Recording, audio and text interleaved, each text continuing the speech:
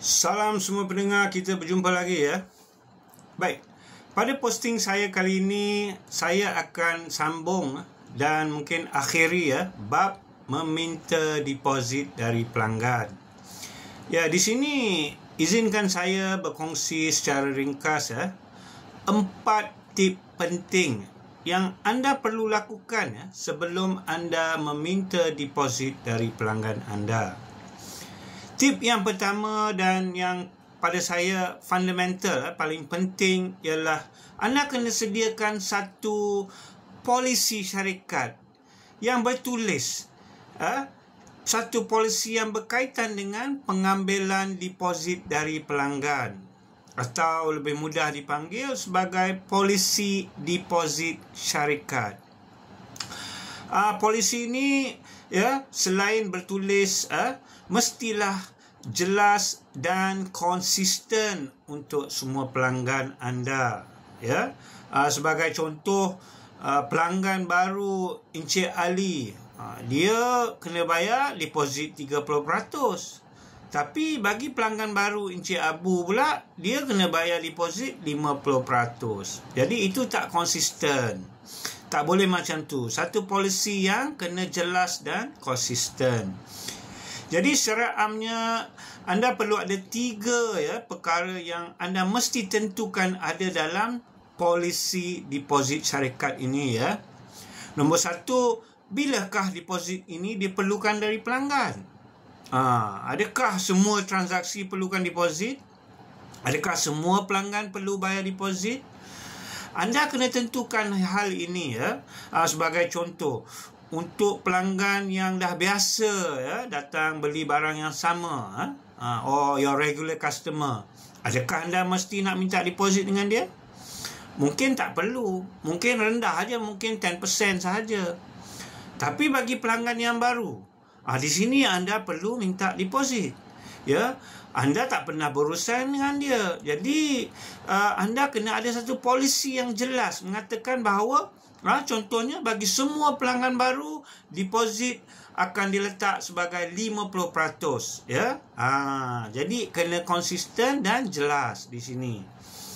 Baik, selain itu, dalam polisi depositnya juga anda perlu jelas menentukan sama ada berapakah jumlah deposit yang pelanggan kena bayar. Adakah 20%?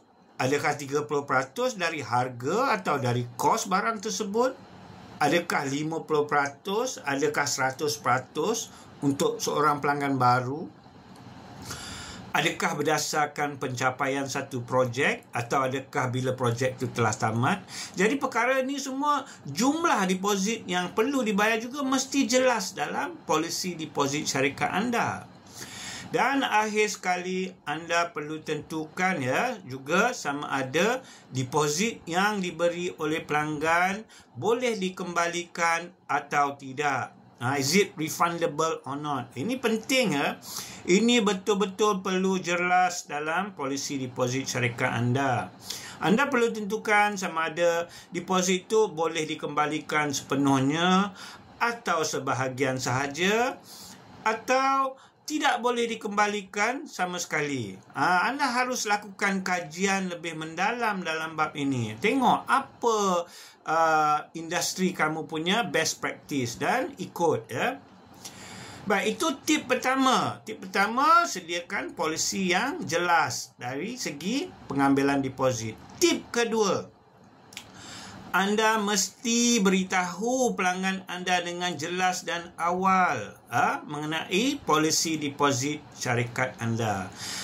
Jangan pelanggan tu bila dah setuju, dah bincang, dah setuju ya, lepas tu dia dah nak balik ni, dah masuk kereta baru, oh tuan nak beritahu ya, kami perlu minta deposit. Tak betul macam tu ya.